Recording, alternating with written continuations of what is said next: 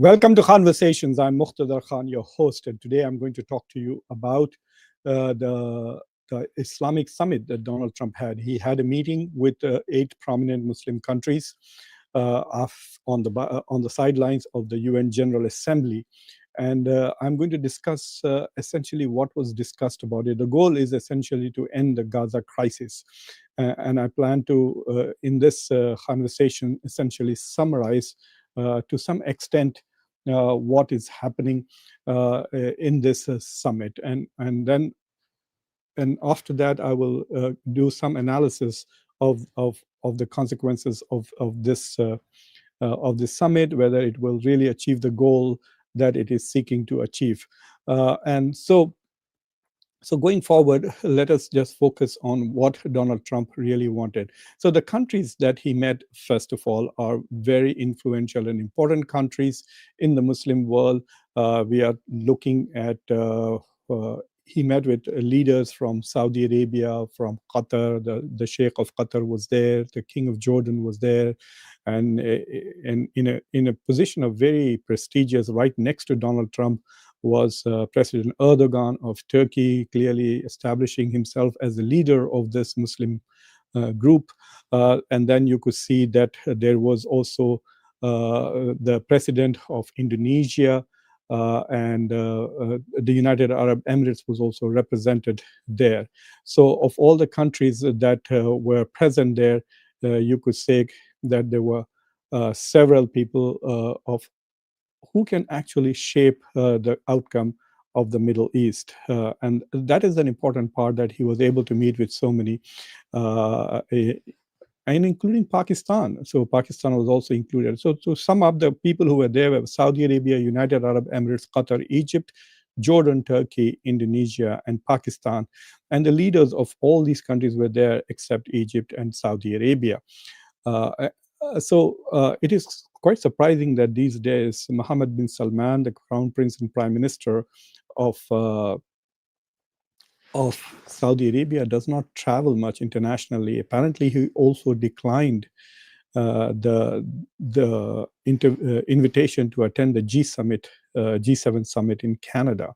So the issues that were being discussed at this were clearly about ending the crisis in Gaza, to end the genocidal war, which has devastated the whole region, killed nearly 65,000 people, most of them women and children. There are still hostages being held by Hamas. According to the French President Macron, there's a lot of war, a lot of people had died, but even though Hamas, the leadership, has been devastated, there is the number of Hamas fighters has not reduced. I mean, that was a very striking comment that Macron made, that what's the point of this war? Essentially, he was trying to drive home the point that if the goal is to destroy Hamas, you're not going to achieve. You may end up killing all Palestinians and destroying Gaza, but not Hamas. So the goal is to essentially bring about ceasefire and end the war. Donald Trump has proposed a plan to these 8 countries. They are looking at it, and they're going to come back with it. As a follow-up to that, he met with Erdogan, and today he's already met with him. He was full of praise for Erdogan. It was very interesting. I've not seen in this term Donald Trump praising any visiting leader as much as he praised Erdogan. He said he had a lot of respect for Erdogan. He also said that both Zelensky and Putin also respect Erdogan a lot. He gave full credit to Erdogan for what is the developments that have taken place in Syria. And he says that Erdogan is very modest. He does not take credit, and said Erdogan should take credit for all the improvements in Syria. The plan that Donald Trump has presented also demands, obviously, the immediate release of all hostages and the return of all the dead bodies. Of those hostages, there are about 30 plus dead bodies and about 20 odd hostages who the Israelis feel are still alive. And then the sticking point will be the Israeli withdrawal and pullback from Gaza. And another point is that there will be no role for Hamas in governance. Not only that, but the Hamas will have to disarm itself. So there will be no armed militia in Gaza other than those that Donald Trump and Israel agree to allow, which means either it will be the Palestinian Authority which will be patrolling and administering and maintaining the security of Gaza, but during the interim period, it will be, he basically wants the United Arab Emirates and Saudi Arabia and Egypt to fulfill that role of maintaining security and order until the Palestinian Authority is in position to do the same. So the big issue is how to create a governance system in Gaza without any role for Hamas, and of course to bring reconstruction and funding for uh, to bring reconstruction and funding to the uh, to Gaza, and he clearly wants the Arab states to step up in it. And the whole rebuilding of Gaza, Israel has destroyed nearly everything in Gaza. There are no universities, no schools, no infrastructure. All the buildings, most of it, about 80% of Gaza, has been turned into rubble. And so now that billions of dollars that are needed to rebuild Gaza, he wants basically the Arab nations, the Gulf nations, to bear the burden. And then he's talked about peacekeeping forces, and there's a lot of discussion about Muslim countries. I think that is where he hopes that Turkey, Pakistan, Indonesia also step up in providing peacekeeping forces. Now the question is, where will these peacekeeping forces be stationed? Will they be on the border of Israel and Gaza, or will they be just patrolling inside Gaza? And of course, there are two other tricky issues. One is about the humanitarian relief. So there has to be immediate, as soon as the ceasefire happens, there will be unrestrained, unrestricted access to Gaza to provide humanitarian relief, medicine, food. Essentially, people are starving there. Children are dying of starvation and malnutrition. So immediate relief has to go. There are literally thousands of trucks loaded and ready to go in Egypt, and boats and etc. So as long as once Israel removes the restrictions, this aid can go in. And finally, the issue of annexation of West Bank, and Donald Trump has committed himself to opposing any annexation of West Bank. He has made that clear to Netanyahu. He's meeting again Netanyahu on the 29th with the input from the Arab countries, and we will see what happens. So on Monday, probably we'll get some idea whether this ceasefire plan is going to go forward or not. And what is also interesting is, for those people who often justify whatever Israel does, the United States has once again requested Qatar to negotiate with Hamas on behalf of the United States and Israel. So indirect negotiations with Hamas will continue through the good offices of Qatar. The Qatari Sheikh Hamad bin Thani was also there in that meeting, and he has confirmed that Qatar will play this role. But the sticking issue is this declaration by the extremists in, well, it's kind of stupid to say extremists in Netanyahu's government. The entire government is extremist. In fact, the whole country has become extremist at the moment. But anyway, they are insisting that they will not recognize a Palestinian state. There will be no Palestinian state. That's what Netanyahu said. And they are eager to annex the West Bank. And that's where the test of Donald Trump's strategic autonomy will manifest itself. Will he be able to pressure Netanyahu not to annex West Bank, which will, that's the end of any possibility of peace. We will be condemned to unending conflict on that particular issue. And of course, that will also be the end of the Abrahamic Accords. I suppose the United Arab Emirates has some self-respect left, and on the basis of their own threat, they will go forward and end this. So I have my several doubts about this plan. I mean, it's easy to write up this plan. I can do it too. A bunch of my students can sit together in a simulation and jot down what we need to do. Oh, yes, we need humanitarian access. We need the hostages to be free. We need Hamas to be outside the governance. We need Hamas to disarm itself.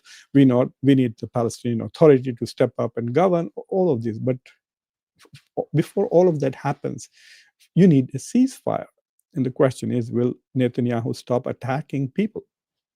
Will he stop killing people in Gaza? He's constantly killing women and children. Apparently, according to France's President Macron, there is no dent in the strength of Hamas. So while, yes, the leadership has died, but there are new leaders who are emerging. And we don't even know who they are at the moment because they're just coming up from middle management, I guess. And then will Israel leave Gaza? Israel has said no, shown no indication. In fact, for a long time, Netanyahu has been saying that he rejects the idea of a Palestinian state. He wants to annex West Bank and he wants to remain indefinitely in Gaza. Who is going to make him do that? Donald Trump?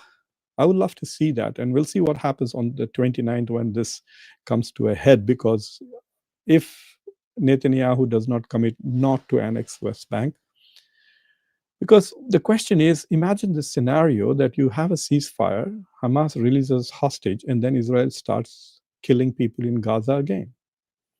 What will stop Israel from doing that? Because there's also this issue of Netanyahu's criminal conduct. If you have following the news, Sarkozy, the former French president, has been sentenced to prison for 5 years for political corruption. He tried to use money that was earmarked for Libya in his campaign, and now he's going to jail for 5 years. Netanyahu faces a similar reality. In fact, he should go to jail in Israel for the crimes he's committed in Israel, and then he should go to the jail with ICC for the international crimes that he has committed in Gaza. So we will see what happens if an ongoing war is the only thing that keeps Netanyahu out of jail. Then he's not going to commit to any ceasefire with anybody. And that is the test of America's leadership. Does the dog wag the tail, or does the tail wag the dog? We will know when that happens. But it is also interesting that this scenario in Gaza has created some new developments. And one of the latest development, as you know, is the strategic alliance between Pakistan and Saudi Arabia.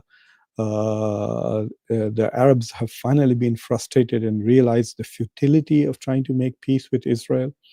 The emptiness of the Abrahamic Accords, the emptiness of America's security guarantees in the region. It is very clear that no matter what America promises to deliver in the Middle East, you cannot trust the United States. All of these items on this plan, I wouldn't trust. If I was a leader of the Arab world, I would not trust them. The problem is that I would also not trust my security in the hands of another country. I would try my best to become self-reliant when it comes to national security. Look, you're not a country if you can't defend yourself. As simple as that. You're not a country if you can't defend your borders, if you can't defend your autonomy, if you can't defend your sovereignty. And right now, even the most powerful and richest of Arab countries are dependent. Militarily, the most powerful Arab country is Egypt. And it takes charity from the United States every year. And that's still not much. It's just about $800 billion. But it needs that. So countries like this cannot remain autonomous and cannot make decisions which are in their interest. Anyway, we will see. One of the consequences of the Islamic Summit is an indication that, the Indo-Pacific has been pushed into the corner. So there's not much talk from Donald Trump these days about the Indo-Pacific strategy, about China. The focus is just Middle East and Europe. A lot of critiques of Joe Biden's foreign policy were saying that he's taking his eye off the ball. He's getting distracted by Middle East and East European security issues, which is Russia-Ukraine war and the Israel-Gaza, basically genocide. And so there's no discussion about what's going to happen in East Asia. The Indo-Pacific is on the back burner. There has been some assurances from the US government that Donald Trump will come to India for the Quad. At first, they were saying November. Now they're saying maybe at the end of the year or early next year. So it could be January or February in 2026. We will see what happens. And one of the interesting things about this UN General Assembly was the absence of Prime Minister Modi.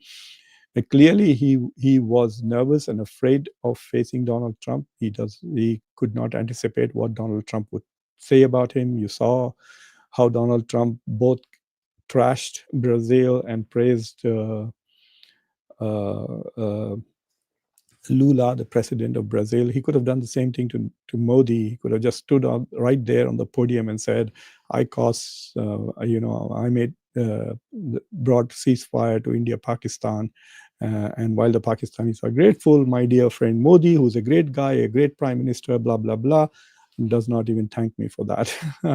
It is to avoid such an awkward moment that I think Prime Minister Modi is sulking back at home while others are making hay.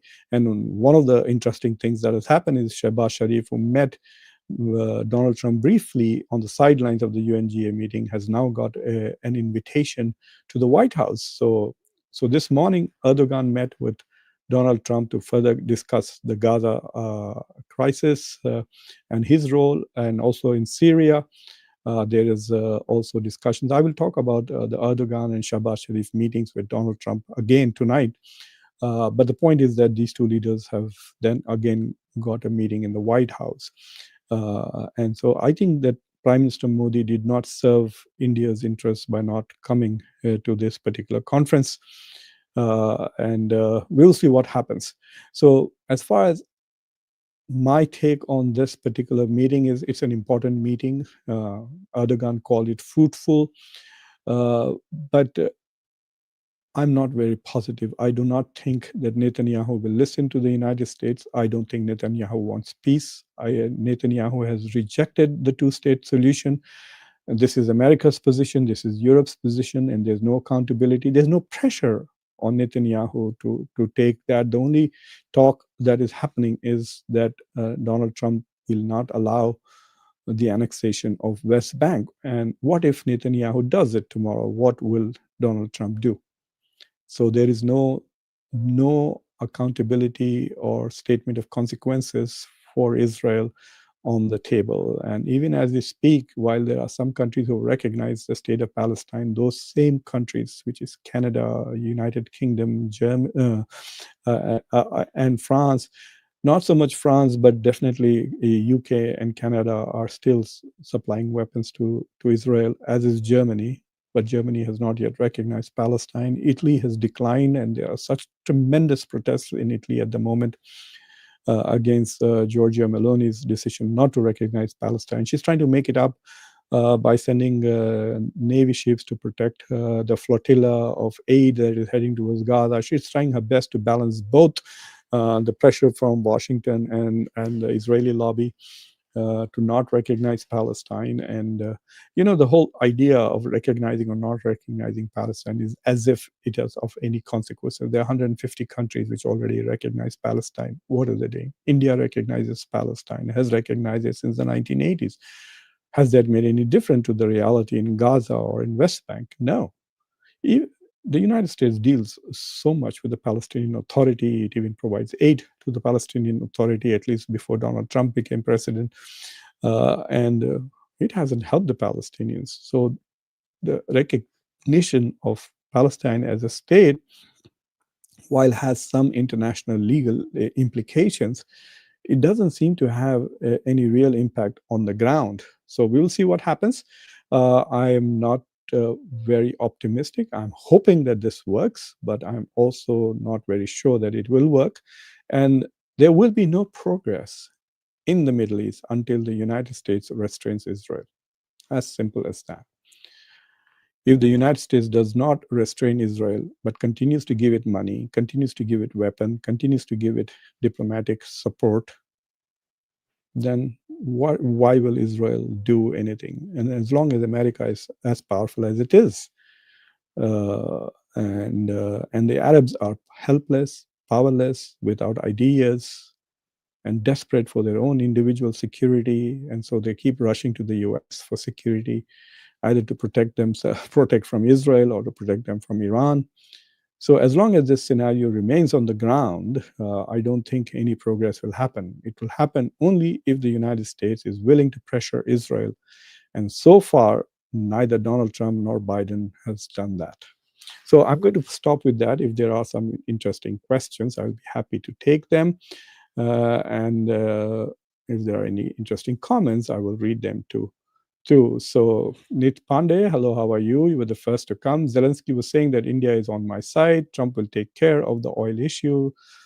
Uh, your question is, India is an important player. Well, India likes to think so. India likes to say so, but India is nowhere involved in any of the major issues of the grown-ups. So what are the grown-ups talking about on the main table?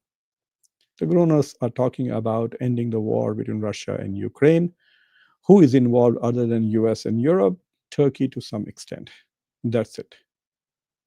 Nobody else is on that table. The second big global issue is the Gaza crisis. What is India doing? Nothing.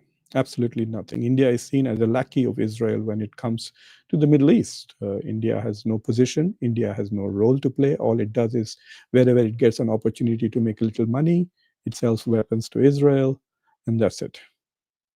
So India, in a way, has colluded in the genocide by providing Israel with weapons. There are Indians who have volunteered for the Israeli army. So India is like a second-rate ally, lackey of Israel. So it has no role to play. India might be the fourth biggest economy in the world and the largest population in the world, but that's just 3% of the global GDP. It's not on the big table. And Modi was not at the UNGA, so we don't even know what he's saying. And I was looking at the media. There's not much attention being paid to India or its presence or its absence, at least in the global media. So India is just stuck with its own issues, its own tariffs. And even during his speech, Donald Trump basically smacked India by blaming India and China for the war with Russia. And then he also said again that it was he who brought about a ceasefire between India and Pakistan. So in that sense, India is not relevant. And Zelensky is just trying to say that because he wants to get India to stop buying Russian oil. Because yes, it's $65 billion, and Russia is using that in the war against Ukraine. Oh, Nit, I'm doing fine, Alhamdulillah. I'm much better than I was several years ago. So I've lost some weight, and I'm also quite healthy. I used to play tennis a lot, but now I walk a lot and go to the gym. So thank you for asking. I'm doing well, Alhamdulillah. My second question is, India, Arab countries पे कितना dependent है? So both, there's a mutual dependence, interdependence between India and Arab countries. Arab countries depend on India for labor, for skilled labor as well as unskilled labor. Increasingly, most of the skilled labor comes from India, whereas unskilled labor comes from other parts of the world, such as Pakistan and Bangladesh, etc. But most of the managerial class, entrepreneurial class are from India. Apparently in Dubai, 22% of the real estate in Dubai is now owned by Indians. Indians are bigger than Russians, the British, the Saudis, and the other Europeans in investing in United Arab Emirates. Before Russia became a major source of Indian oil, Saudi Arabia, Iraq was number one. UAE and Saudi Arabia were the three biggest suppliers of India's energy. They still are very important, even though Russia has now become number one. India has $100 billion, close to $100 billion trade with United Arab Emirates and also with Saudi Arabia. UAE are in the top 10 trading partners of India. And India gets its natural gas from Qatar. But more importantly, there are close to 10 million or 1 crore people from India who work in the Gulf countries, and they're sending a lot of remittances. If the relationship goes bad between the two countries and those people have to come back, then India will be under pressure to create another literally 10 million jobs for these people who are forced to come back. I know a couple of my classmates from engineering who work in the Middle East, and who are now retiring because they are reaching retirement age. They were a couple of years older than I was, and they're not finding jobs in India, even though they have had 30 plus years of senior management level positions in the Middle East. So yes, India depends heavily on these countries, even though Indians have tried to stab them in the back. Especially the Qatari episode was terrible. Former Indian Navy people who were working in Qatar in their security environment in the Navy were spying for Israel. So I think there will be a lot more distrust of Indians in the Middle East, but they need Indians. So both sides are dependent on each other. India needs them for energy. India needs them for jobs. India needs them for investments. UAE has invested a lot in India. They're working together on artificial intelligence projects where India provides the manpower, I guess, and UAE provides the dollars. So yeah, there's a lot of mutual dependence, but there's nothing very specific that India is providing the Gulf countries that cannot be replaced. So the things that India is providing the Gulf, they can get them other places.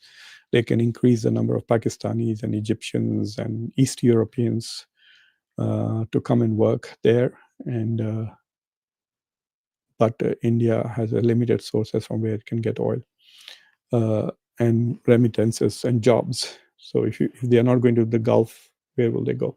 So yes, both sides need each other, but I think that relationship could change, especially after the Saudi-Pakistan military deal, and if that is extended to include Qatar and United Arab Emirates. Riaz Khan, Assalamu alaikum. Okay, you want me to reflect on Allama Iqbal? Okay. Nadeem Beg, salam to you. Saboon, good morning. I was watching Honorable President Donald Trump with President Roger, but I see notification. I'm here. Good. Thank you very much. Thank you. You must have seen, it seems to be going very good for Erdogan. Donald Trump said, I have a lot of respect for Erdogan, for this man. He should take credit for all the wonderful things that are happening in Syria. And he also said he had a lot of respect for Erdogan. And so there is a lot of discussion that Turkey will be included back into the F-35 project from which it was excluded by Trump in his first term. He did not complain too much about Turkey continuing to buy Russian oil. Turkey, along with Hungary and Slovenia or Slovakia, one of the two, is the top three EU NATO countries who are buying Russian oil. He did not harp on that much. But for those who are in India, today should be a very bad day, because during Operation Sindoor, the countries that stood with Pakistan was Turkey, and today Turkey as well as Pakistani heads are meeting with Donald Trump. India values these things a lot, right? In India, Modi hugged so-and-so, Modi shook hands with Macron, Macron walked with him on the red carpet, and all of this talk matters a lot in India. So it must be a difficult day for people who are watching this, seeing Erdogan and Shehbaz Sharif and Asim Munir being received again in Washington. So since Donald Trump met Narendra Modi, this will be Asim Munir's second visit to the White House and third visit to the United States in the past 3 months. Samir Saurabh Upadhyay, hello, how are you? Good evening to you too. Neelkant Sahu, these are all members of conversation. Good evening, and thanks, sir, for good topics. Kindly clarify what the European and USA want. Want from whom? So what's your opinion, doubt about USA veto against Palestine? Well, that is another idiotic thing that Donald Trump says. You know, in the speech, he said the UN has failed on many issues. Well, one of the reasons why the UN has failed is because of the veto power. It can't act on the Russia-Ukraine war because of the Russian veto. It cannot act in Gaza because of America's veto. And if you go back and see, in fact, the last call for ceasefire, it was only the United States. It was 14-1, the vote. Even France and Great Britain, China and Russia, everybody voted for ceasefire except the US. So the US is part of the problem. even though it's trying to be part of the solution. And because the US is part of the problem, it is sabotaging the solution itself. If the United States stops supplying money and weapons to Israel, you will have a two-state solution within a couple of years. Such times, oh, I know you're a subscriber. Future of Islamic NATO. Well, there's no such thing as an Islamic NATO as of now. There's an idea, they've been talking about it along. There are lots of internal tensions. So, for example, the tension in Sudan, United Arab Emirates plays a huge role in Sudan. Until recently, Saudi Arabia and UAE were attacking Yemen. Iran and Saudi Arabia were at odds. Do they trust themselves? Pakistan and Afghanistan were at war. So these Muslim countries are not able to be at peace with themselves to begin with, first of all. And see, are Muslim countries coming together because they care about each other, or they're coming together because they're shit scared of Israel? So yes, even if the fear is driving them, they should learn to trust each other. And until Muslim countries learn to trust each other more than they trust the United States or any outside country from the fold, they will not be able to come up with an arrangement. This is the first time that NATO has a crisis with Donald Trump, but otherwise, Western countries are more or less united, whether it's in G7 or G20 or EU or NATO. And that's why that collective security arrangement works more or less. Even now, Donald Trump, with all his opposition, is still providing weapons to NATO. And those weapons are going to Ukraine to fight the war. So we will see. We will see this idea has to begin. Will Pakistan, Turkey, and Iran, countries which have reasonable military capabilities, are they willing to stand? Like if tomorrow Israel attacks Oman or Bahrain, you think Pakistan and Iran and Turkey and Saudi Arabia will attack Israel or defend it? That is the question mark. So there's a big question mark on the future of NATO, but on small issues, they will work. And I can tell you this much, that while they may not be able to stand up to Israel and the US, there are others. The problem for India, for example, will be far more serious, that they can impact, because India is alone. India has no friends, no allies. And so India stands alone, and like it did during Operation Sindoor. And except in some Indians, nobody was impressed with Operation Sindoor worldwide. You can see the stock or prestige of Pakistan has increased so much since Operation Sindoor. They trust Pakistan to defend it against Israel. The Saudis are impressed, the Qataris are impressed, which means more money will flow to Pakistan now. It will become a stronger country. Donald Trump is so impressed with Asim Munir that he's meeting him for the second time in the White House. In the past few months, he hasn't met with Modi even once. Since then, he met Modi last time was in February. They might meet in Malaysia, but we will see what happens. Such times, your second question is too difficult. It will need a whole show. Netanyahu will continue the fighting till US president stop. Yes, Wasim, you're correct. SMS, good evening. Hello, SMS. Doesn't matter. You can see it back. You can see the same thing back. Sometimes when I'm doing a live show, I tend to repeat a little bit if people come a bit late. So you haven't missed much.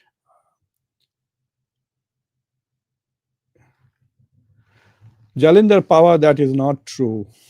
This is not a true statement. There is at least half the Hindu population. So if you look at India today, India is 80% Hindu, 14 to 15% Muslim, and 5% everything else, Sikh, Jain, Buddhist, Christian, etc.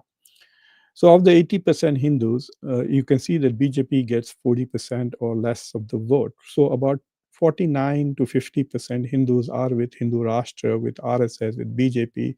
Look at the horrible thing they did just because a Muslim group had a poster called "I Love Muhammad," they objected to that. Really? What a strange thing to do. I love Muhammad. is a problem for this. And so they are rioting as a result of that. Hundreds and hundreds of Muslims have been, FIRs have been charged against Muslims. The police is harassing Muslims. They are not arresting any of these people who started this trigger. So I'm not very sure that there is half of the Hindu population in India is interested in establishing a Hindu Rashtra. And that will create problems for them with the rest of the world, not just here. Increasingly people are asking questions here in the US as to when will Indians start lynching Americans in America for eating beef. Beef is a very common thing. We all eat burgers at McDonald's and Burger King. So will Hindu mobs start going around in New Jersey lynching Americans for eating beef? Will they start doing that in UK?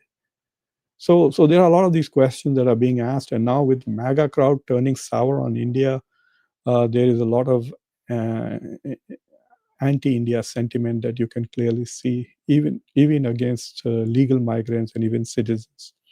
So yeah, things are not going well for India this year, unfortunately. I hope things get better soon.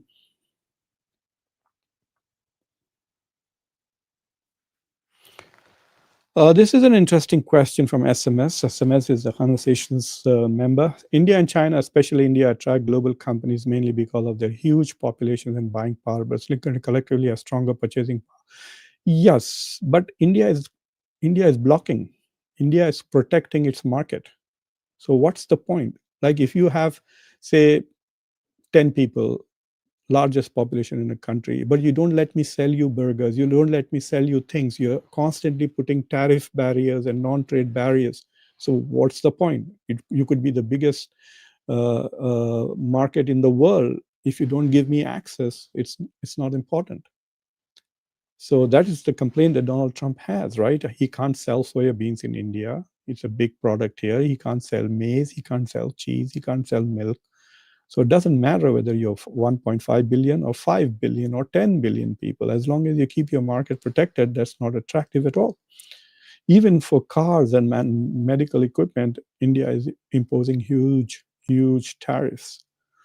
So that is a problem. So I mean, you could say that they have this market, but they are not helping because they are not opening the market. In fact, in the last 1 year, from the Indian stock market, foreigners have withdrawn 1,000 crores, I think. I don't know how much. I think it's about 16, $17 billion worth of investments into the stock market has been withdrawn from India.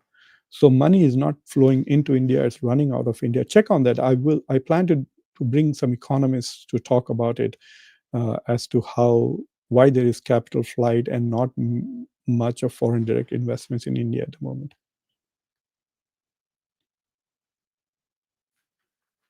SMS, yes, I did a whole show on that. If you see the show, why Muslim countries are not supporting Iran, in that I estimated that Muslim economy, GDP total is about $12.9 trillion, and there are 9 million people in Muslim armies combined. So India, the Muslim majority country, I'm not, Muslim minorities, okay, that's a different thing. And there are a lot of Muslim minorities. There are probably about 300 to 350 million Muslims who live as minorities all over the world. So if you just look at Muslim majorities, they are over $12 trillion. And so they are the fourth biggest market after US, fourth biggest economy after US, Europe, and China, after US, China, and Europe. So they are 3 times bigger than India.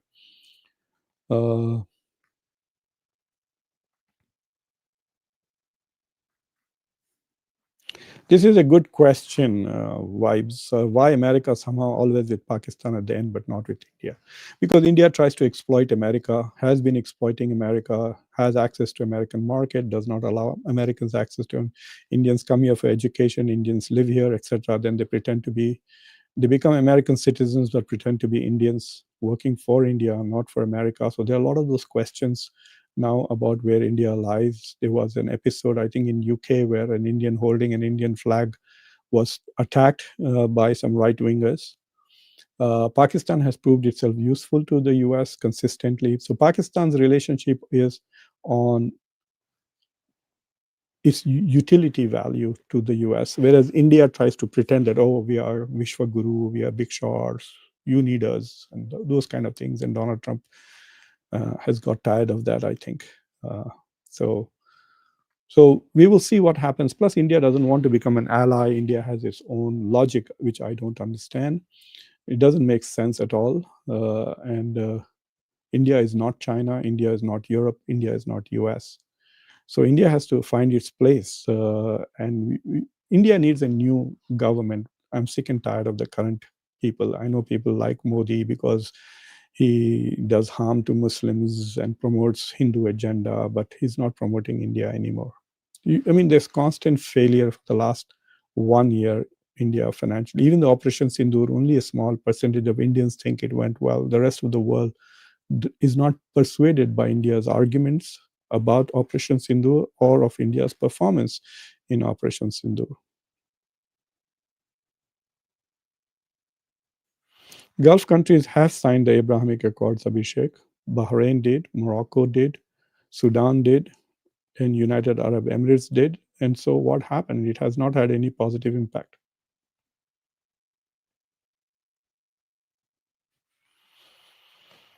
Oman has not signed the deal yet, Emir Khan. Yeah, there's this problem going on in 4 people killed in protests for statehood in Ladakh, and it's very scary because it's very close to China, very close to Nepal. What happened, and I don't know what's going to happen with this, with Ladakh. It's not a good sign because this is on the border. This is close to the Galwan territory where India and China had problems. So if India is not very careful, if Modi does his stupid kind of thing like he did with Manipur, not going there, not taking care of it, trying, giving weapons to Hindus, so they started killing Christians in Manipur. If they do all those kind of stuff in Ladakh, then the Chinese probably will start supplying weapons, etc., to Ladakh, and you could have a terrible situation. I hope none of that happens, and I hope some sensible leadership prevails. Yeah, but it is a dangerous development in Ladakh. All right, guys, thank you very much for watching Conversations. If you're not subscribed to the channel already, please do so. Like this video, press the bell icon, and share this video with your socio-political network. I'll be coming back tonight again to talk essentially about the 2 meetings, Erdogan and Shehbaz Sharif, and also give you an update on the trade negotiations that are going on right now here in Washington, D.C. India's Trade and Commerce Minister Piyush Goyal is here. And so there is expectation that there might be some breakthrough.